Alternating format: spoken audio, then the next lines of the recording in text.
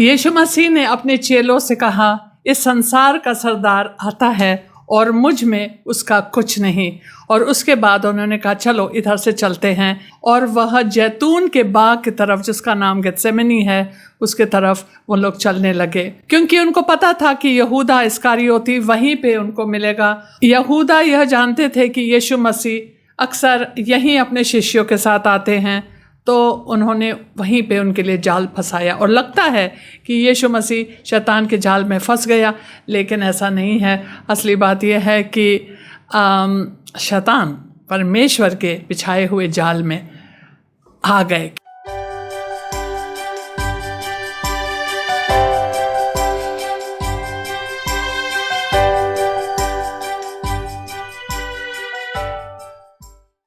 आप सबको एक बार फिर से choose life now Hindi channel के बाइबल स्टडी में स्वागत है। आज हम यूहन्ना रचित सुसमाचार के 18वें अध्याय में चलते हैं। ये प्रार्थना करते हैं। पिता, हम आपको धन्यवाद स्तुति करते हैं, क्योंकि अब अपने बच्चों को पाप से बचाने के लिए आपने अपने इकलौते पुत्र को भी नहीं रख छोड़ा, बल्कि उनको भी हमारे लिए दे दिया। हम देख सकते हैं कि फसह के दिन, उस दिन जो हुआ वह आपकी अनंत और दिव्य योजना का एक हिस्सा था। और यह बुद्धि अगर दुनिया के शासकों को उसके बारे में जानकारी होती तो शायद वो यीशु को गिरफ्तार न कर। हम आपको धन्यवाद देते हैं कि यीशु मसीह ने शैतान के खुल्ला तमाशा बनाई है उस क्रूस पर, और उसके राज्य को ढा दिया। हम इस चीज़ के लिए कितना भी आपको धन्यवाद दे वह कम है। आज हमारे ऊपर पाप हावी नहीं हो सकता है और ना मौत। आज जब हम इस वचन को पढ़ते हैं, हमें यह ज्ञान बुद्धि दे कि वह उस दिन क्रूस पर क्या हुआ है आपकी योजना के द्वारा। ये प्रार्थना हम यीशु मसीह के नाम से मांगते हैं, आमीन। आइए 18वें अध्याय और पद संख्या 1।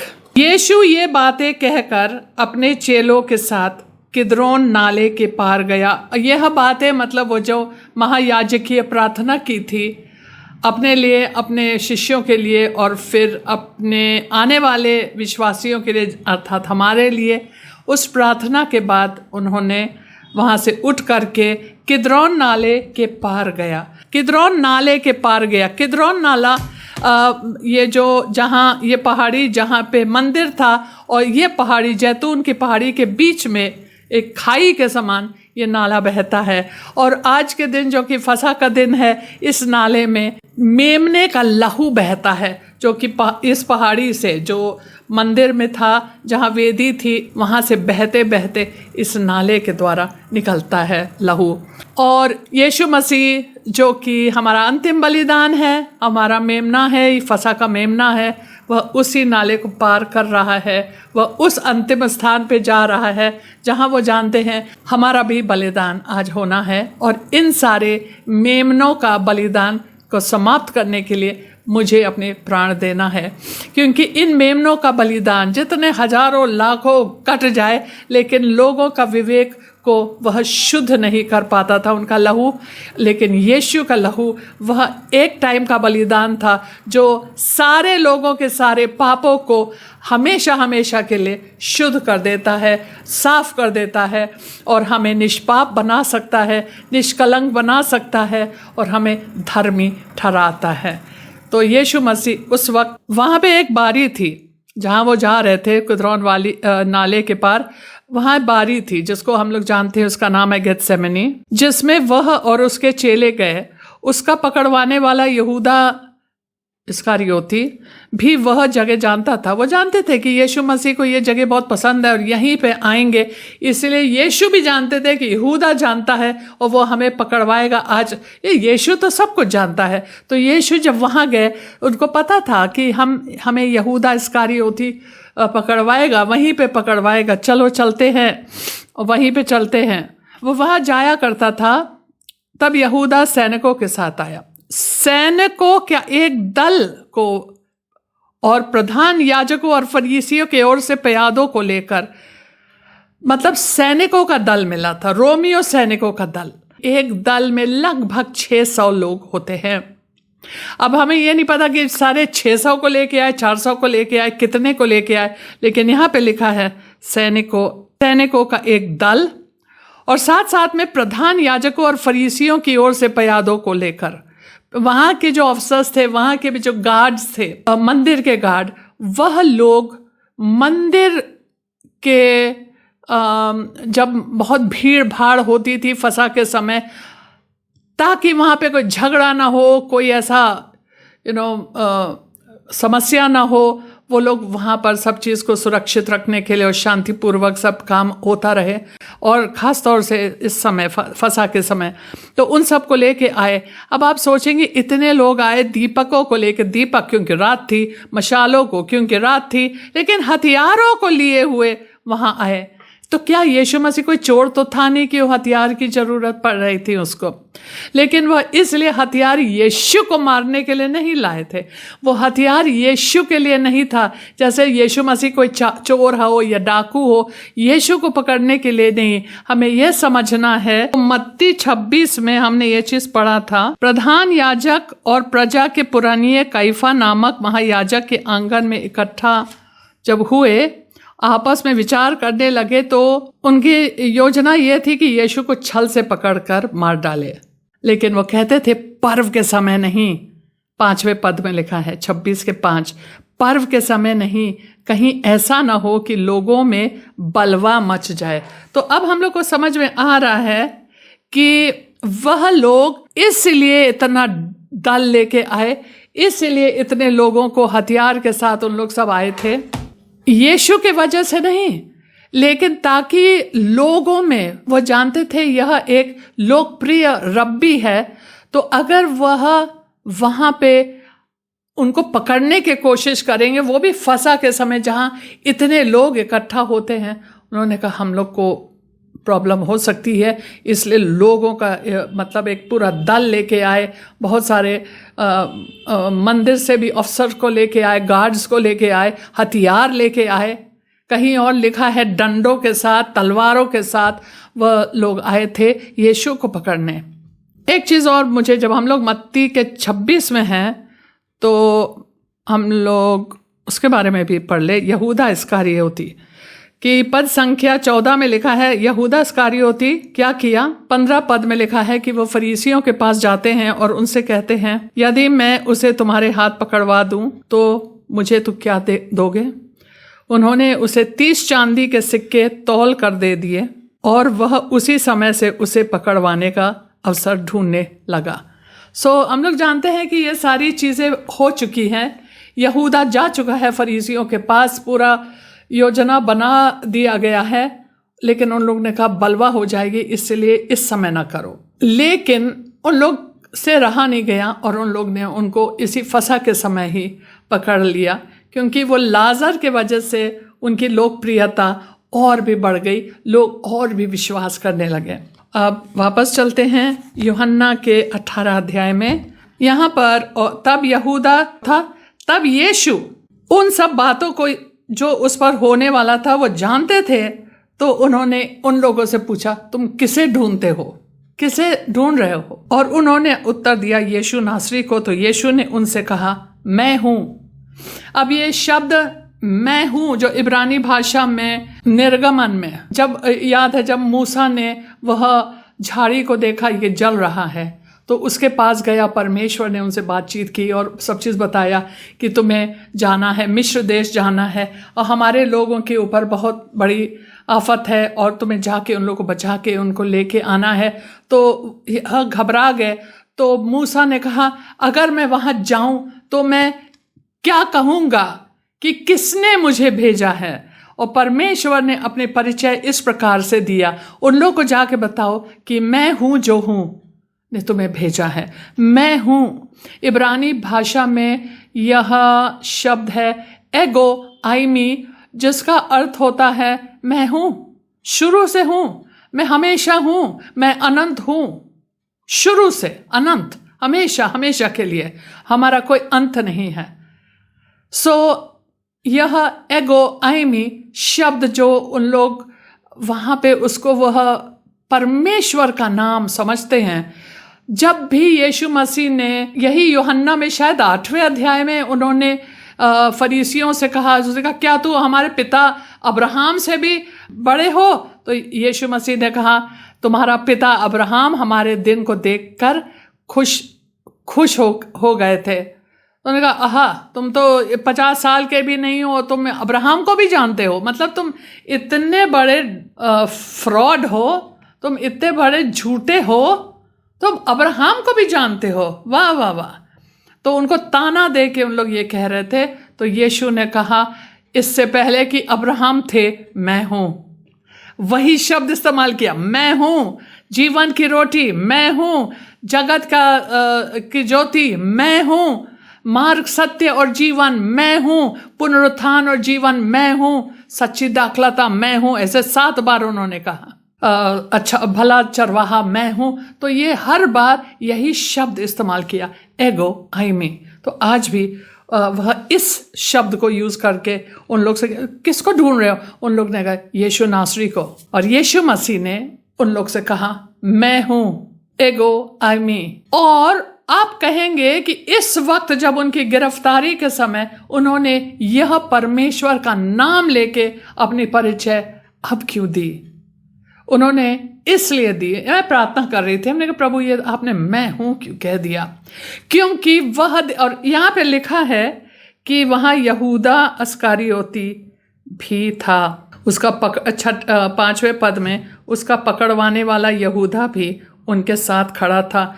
वह उनको दिखाना चाहते थे कि तुमने विश्वास नहीं किया ना, 3.5 साल तू मेरे साथ था, तूने मेरे सारे चमत्कारों को देखा, मेरे सारे शब्दों को सुना, मेरे सारे उपदेशों को सुना, और अभी तक तुम्हें इतनी भी अकल नहीं और तुम्हें इतना भी विश्वास नहीं कि आज भी तुम हमको पकड़वाने के लिए आए हो। लेकिन जब उन्होंने कहा मैं हूं, यहां पे लिखा है 6ठे पद में, उसके यह कहते ही मैं हूं, वे पीछे हटकर भूमि पर गिर पड़े। मतलब उसके इतना सामर्थ्य था उनके शब्द में कि जब उन्होंने अपनी परिचय दी, जब उन्होंने कहा मैं हूं, उन लोग सब पीछे हट गए उस नाम को सुनकर और गिर पड़े जमीन पे। यह दिखाने के लिए कि तुम लोग हमको नहीं पकड़ सकते हैं, तुम लोग यहूदा, तुम भी हमको पकड़वा भी नहीं सकते हो। अगर मैं राजी नहीं हूं, वह एक हिंट दे रहे थे, उन लोग को एक इशारा दे रहे थे कि अगर मैं राजी ना होता तुम हमको पकड़वा भी नहीं सकते। जैसे मैं अपना नाम लेता हूं तो गिर पड़ता है। हमारे अंदर इतना सामर्थ्य है, मुझे यह जो तुम मुझे गिरफ्तार करने के लिए आए हो, कोई जरूरी नहीं कि मैं गिरफ्तार हो जाऊं, लेकिन मेरी रजामंदी से ये हो रहा है, मैं अलाउ कर रहा हूं, मैं तुम्हारे साथ सहयोग कर रहा हूं। तुम मुझे पकड़ नहीं सकते, लेकिन क्योंकि मैं सहयोग कर रहा हूं इसीलिए तुम हमें पकड़ सकते हो। कई बार फरीसियों ने, कई बार उन लोग ने कोशिश की कि यीशु मसीह को पकड़ें, यीशु मसीह को मार डालें, यीशु मसीह का पथराव करें, लेकिन हमेशा कहा उन लोग नहीं कर पाए क्योंकि यीशु मसीह का समय नहीं आया था। लेकिन अब उसका समय पूरा हो गया है और वह जानते हैं कि हमें अपना बलिदान अभी और आज के दिन चढ़ाना है। आज अब उनका समय आ गया है, इसीलिए वह हमें पकड़ सकते हैं। अगर आप वह चाहते हैं तो पकड़ सकते हैं। तो उन्होंने यह प्रदर्शन की अपने सामर्थ्य की कि मुझे कोई, यीशु ने कहा नहीं 10वें अध्याय में, कोई मेरे प्राण मुझसे ले नहीं सकता, मैं अपने आप ही सौंपता हूँ और मेरे अंदर यह अधिकार है कि मैं सौंप दूं और फिर उसको वापस भी ले लूं। उनको यह अधिकार थी कि वह अपने प्राण दे दे और फिर वापस ले लें। उन्होंने ये कहा था 10वें अध्याय, कहता इसलिए पिता हमसे प्रेम करता है क्योंकि हम उनकी इच्छा को पूरी करते हैं, और मैं अपना प्राण दूंगा और फिर लूंगा। मैं भला गरेड़िया हूँ, मैं अपने भेड़ों के लिए अपना प्राण दे रहा हूँ। कोई ले नहीं रहा है मुझसे, कोई मुझसे ले नहीं रहा है, मैं दे रहा हूँ। तो इसी चीज को वो दिखाना चाहते थे इन लोगों को। फिर से उन्होंने पूछा 7वें पद में, तब उसने फिर से पूछा, तुम किसको ढूंढते हो? वे बोले, यीशु नासरी को।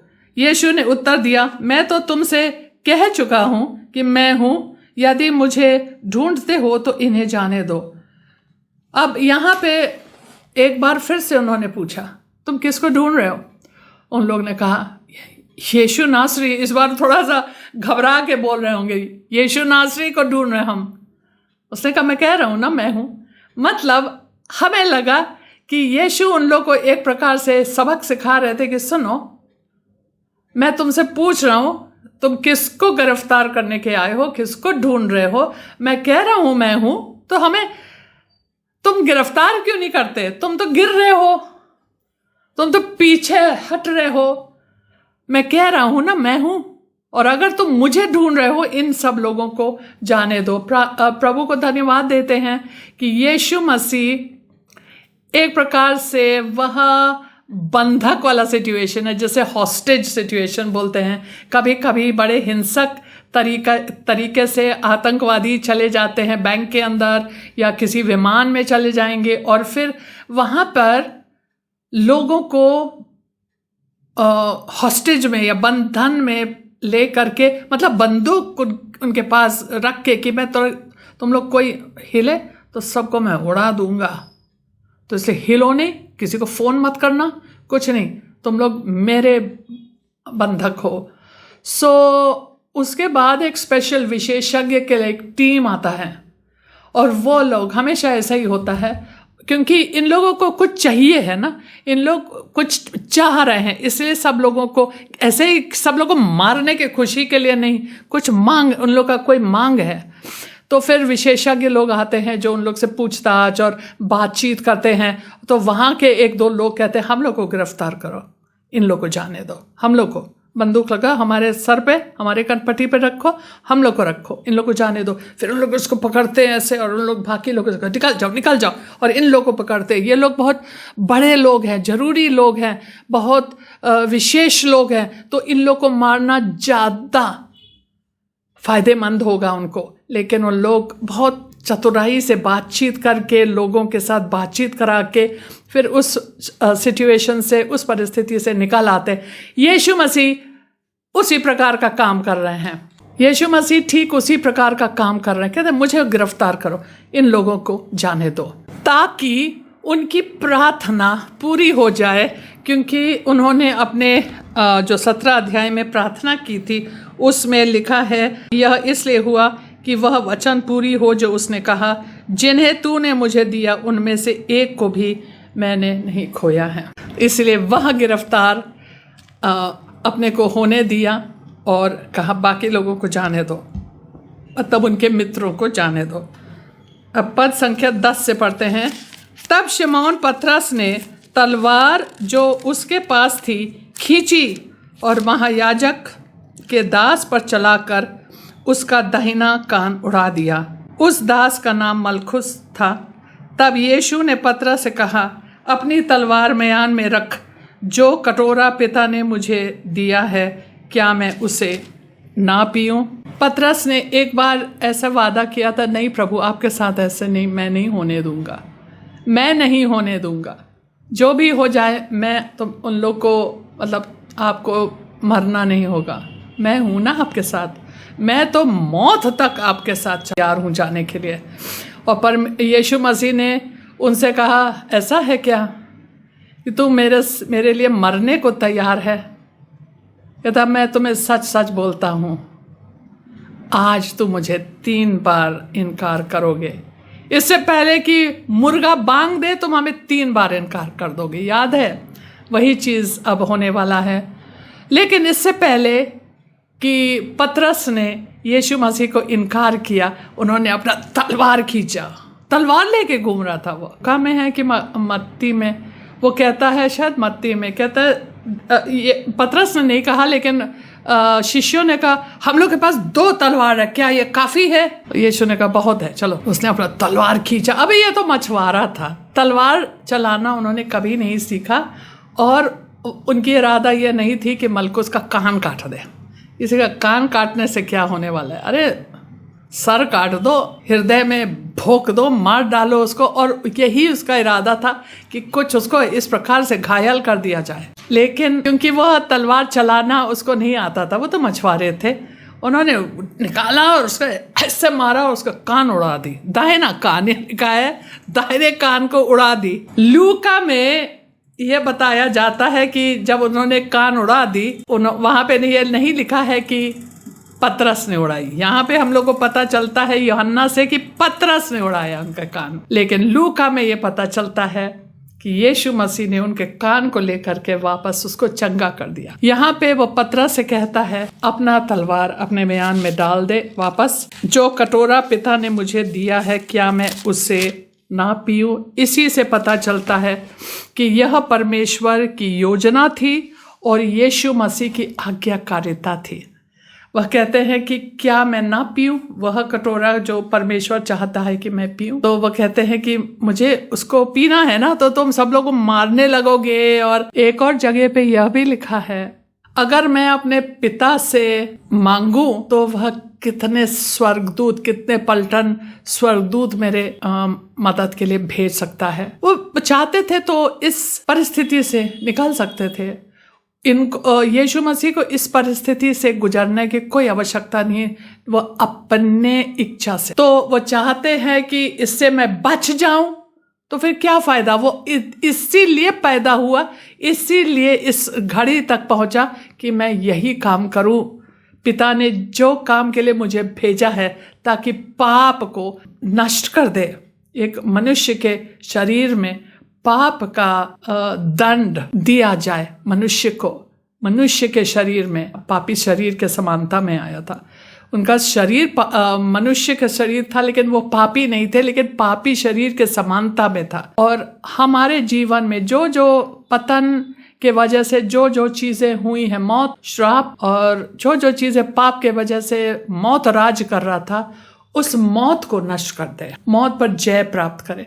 फिर आगे 12 पद, तब सैनिकों और उनके सूबेदारों और यहूदियों के प्यादों ने यीशु को पकड़कर बांध लिया और पहले उसे हन्ना के पास ले गए, क्योंकि वह उस वर्ष के महायाजक काइफा का ससुर था। यह वही काइफा था जिसने यहूदियों को सलाह दी थी कि हमारे लोगों के लिए एक पुरुष का मरना अच्छा है। ये मत्ती के अभी हम लोग पढ़ नहीं रहे थे। यीशु ने कहा क्या मैं इस चीज को, इस प्याले से ना पीऊं? तब सैनिकों ने उनके सूबेदारों ने उनको पकड़कर बांध लिया। कोई यीशु को बांध नहीं सकता। उन लोग ने देख लिया है कि मेरे अपना नाम लेते लेते तुम लोग सब पीछे गिर जाते हो, तो क्या आ रहे हो तुम हमको बांधने के लिए? लेकिन चलो, तुम्हें बांधना है बांध दो हमें। तो उन्होंने उन लोग के साथ सहयोग की। अगर उन्होंने सहयोग ना किया होता, उन्होंने ये दिखा दिया है कि तुम हमको पकड़ नहीं सकते, तुम हमारे साथ कुछ भी नहीं कर सकते अगर मैं राजी नहीं हूँ। तो उन्होंने उनको बांध दिया और फिर हन्ना के पास लेके गए, क्योंकि उस वर्ष के महायाजक काइफा का ससुर था। ऐसा है कि एक्चुअली महायाजक हन्ना ही था, लेकिन क्योंकि यहूदी धर्म का जो उस समय क्या स्थिति थी वह काफ़ी खराब था, और महायाजक लोगों को रोमियों के जो शासक लोग थे उन लोग नियुक्त करते थे। तो उन लोगों ने हन्ना को एक तरफ उनके दामाद को ले लिया, और जब उन लोगों ने उनको चुन ली, उनके दामाद को, तो दामाद बन गया महायाजक काइफा। काइफा महायाजक नहीं थे, लेकिन उस वर्ष रोमियो शासन के नियुक्त किए जाने के वजह से वह महायाजक थे, और हन्ना अब उसके ससुर थे, लेकिन एक्चुअली हन्ना महायाजक थे। तो सीधे हन्ना के पास ले गए, क्योंकि महायाजक का पद ऐसा नहीं है कि आज इसको बनाए तो कल उसको बनाए। जब तक ये बंदा मरेगा नहीं, वही महायाजक है। और वह महायाजक का पद तब दूसरे के पास जाता है जब ये मर जाता है, तब चुना जाता है दूसरा। और बल्कि हारून के जो परिवार में, उसमें वह एक बाप और बेटे के बाद उसके बेटे को चुना जाता है, उनके बेटों में से एक को चुना जाता है। अपने उन्हीं के वंश में महायाजक का चुनाव हुआ करता था। सो हन्ना के पास गए, क्योंकि वह काइफा महायाजक थे, और यह वही काइफा है, वो याद दिला रहा है यूहन्ना, जिन्होंने कहा अच्छा है कि एक आदमी मर जाए, इससे अच्छा कि सारे लोग, हम सब मर जाए, हम सब नष्ट हो जाए, इससे अच्छा भला है कि एक आदमी का बलिदान चढ़ाया जाए। और उन्होंने बहुत सटीक कही, उन्होंने जो बोली, कहता है उस साल वो महायाजक थे इसलिए उनके होठों से भविष्यवाणी हुई थी। 15 पद, शमौन पतरस और एक अन्य चेला भी यीशु के पीछे हो लिए। यह चेला महायाजक का जाना पहचाना था, इसलिए वह यीशु के साथ महायाजक के आंगन में गया, परंतु पतरस बाहर द्वार पर खड़ा रहा। तब वह दूसरा चेला जो महायाजक का जाना पहचाना था बाहर निकला और द्वारपालिन से कहकर पतरस को भीतर ले आया। और दासी ने जो द्वारपालिन थी पतरस से कहा, कहीं तू भी इस मनुष्य के चेलों में से तो नहीं हो? और उसने कहा, मैं नहीं हूं। अब यहाँ पर वो कह रहे कि शमौन पतरस और एक अन्य चेला, सब लोगों को पता है कि यूहन्ना खुद है जिन्होंने इस सुसमाचार को लिखा। यह महायाजक का जाना पहचाना, उनको जानते थे, तो दोनों लोग साथ में गए। सब लोग बोलते हैं अरे पतरस ने यीशु मसीह को इनकार कर दिया, ये वो, लेकिन ये सोचो बाकी चेले भाग गए, एटलीस्ट पतरस पीछे पीछे जा रहे हैं यूहन्ना के साथ। यूहन्ना तो क्रूस तक पहुंच गया, लेकिन पतरस उससे पहले ही भाग गया। लेकिन यह है कि एटलीस्ट गया तो वह महायाजक के आंगन तक वो पहुंच गया। यह चेला महायाजक का जाना पहचाना था, तो वह तो अंदर चला गया, लेकिन पतरस बाहर रह गया। तब जब उन्होंने देखा कि पतरस अभी तक बाहर है, उनको इजाज़त नहीं मिल रही अंदर आने के लिए, तो वो गया और उन्होंने द्वारपालिन से कहा इनको भी अंदर आने दो। तब वह पतरस को भी अंदर आने दिया, लेकिन क्योंकि उसने कहा इनको भी अंदर आने दो, द्वारपालिन ने बड़े गौर से उनके तरफ देखा, तू भी इनका चेला तो नहीं है? और सीधा पतरस, जो कि अभी तलवार लेके, अब उसको लग रहा होगा अरे यार मैंने तलवार चला दी, किसी का कान काट दी, अब मैं यहाँ फंस ना जाऊँ, गलत जगह पे आ गया हूँ मैं। तो उन्होंने कहा तो उसका चेला तो नहीं हो? उन्होंने कहा नहीं, मैं नहीं हूँ। और 18 पद, दास और प्यादे जाड़े के कारण कोयले धधका कर खड़े आग ताप रहे थे, और पतरस भी उनके साथ खड़ा आग ताप रहा था। तो यहाँ पे हम लोग देखते हैं आखिरी वाला चित्र इसके साथ मैं आपको छोड़ती हूँ। पतरस ने एक बार इनकार यीशु को कर लिया है, लेकिन अब वह दास और प्यादे जिन्होंने वहाँ के नौकर थे महायाजक के, उन लोग ने आग जलाई क्योंकि ठंड थी और वहाँ ताप रहे थे। और पतरस भी उन लोग के साथ, वो चाह रहा होगा कि इन लोग के लगे कि मैं इन लोग के साथ हूँ, ऐसे लगे मैं भी एक दास हूँ, मैं यहाँ पे थोड़ा सा छिप जाऊँगा और किसी को पता नहीं चलेगा, ये तो ऑलरेडी बंदिन जो द्वारपालिन है वो तो ऑलरेडी पूछ चुकी है, तो हम इन लोग के साथ ज़रा रह लें, ऐसे लगेगा मैं इन्हीं लोगों के साथ हूँ और मैं बड़े ताप रहा हूँ और मुझे खास उस चीज़ में दिलचस्पी नहीं है, मैं यहीं बना रहूँगा और थोड़े थोड़े अंधकार में रहूँगा और सब चीज़ देखता रहूँगा। और इसी चित्र के साथ आज 18 पद में मैं यहाँ पे समाप्त करती हूँ। आप सबको जय मसीह।